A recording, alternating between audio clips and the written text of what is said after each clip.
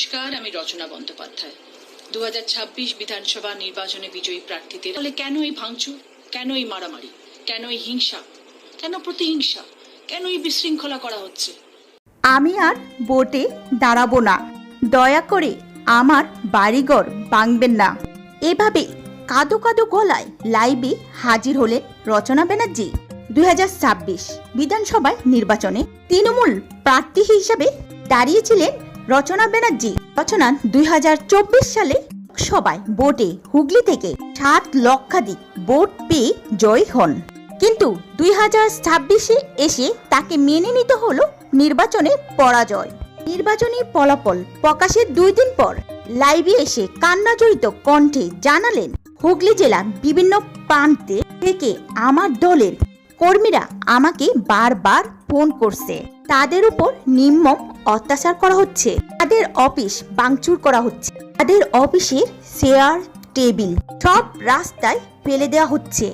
তাদের এতদিনে সাজানো গোছানো অফিস, তাদের কত স্নেহ, কত ভালোবাসা, কত সম্মান জড়িয়ে আছে সেখানে, সেগুলোকে সবাই এনে বাইরে ফেলে দিচ্ছে, তাদেরকে হুমকি দিচ্ছে, মারধর করছে। তার থেকেও বড় কথা, তারা ভীষণ ভয়ে রয়েছে, কারণ তাদের পরিবারে রয়েছে, তাদের বৃদ্ধ বাবা মা বাড়িতে রয়েছে, তাদের ছোট বাচ্চারা রয়েছে, তাদের নিজের প্রাণের সংশয় নিয়ে বেঁচে রয়েছে।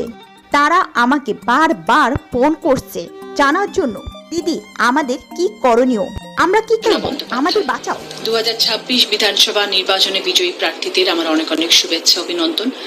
গণতন্ত্রের লড়াইয়ে মানুষের রায়কে আমি সম্মান জানাই। গতকাল থেকে এখনো পর্যন্ত আমার হুগলি জেলার বিভিন্ন প্রান্ত থেকে আমার দলের কর্মীরা আমাকে বহুবার ফোন করেছেন।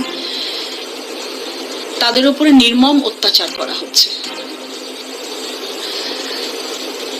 তাদের ঘর থেকে বার করে নিয়ে আসা হচ্ছে, তাদেরকে মারা হচ্ছে, তাদেরকে হুমকি দেওয়া হচ্ছে, তাদের অফিস ভাঙচুর করা হচ্ছে, তাদের অফিসের টেবিল চেয়ার সব রাস্তায় ফেলে দেওয়া হচ্ছে।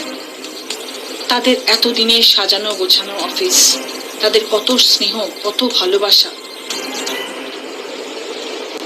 কত সম্মান জড়িয়ে আছে সেখানে, সেগুলোকে সবাই এনে বাইরে ফেলে দিচ্ছে, তাদেরকে হুমকি দিচ্ছে, মারধর করছে। তার থেকেও বড় কথা, তারা ভীষণ ভয় আছে, কারণ তাদের পরিবার রয়েছে, তাদের বৃদ্ধ বাবা মারা বাড়িতে রয়েছে, তাদের ছোট বাচ্চা রয়েছে, তাদের স্ত্রী রয়েছে,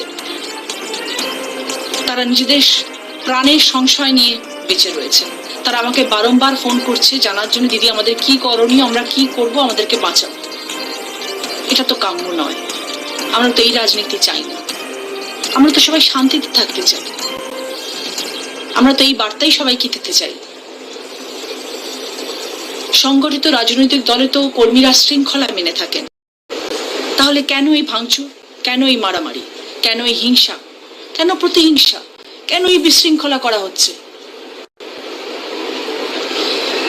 রাজনীতিতে হিংসা নয়, শান্তি এবং গণতন্ত্রের চর্চা হোক। বিদ্বেষমুক্ত পরিবেশই পশ্চিমবাংলার অগ্রগতির পথকে সুগম করবে। একটু ভেবে দেখবেন। এই বার্তাই আপনাদের কাছে দেওয়ার ছিল। নমস্কার।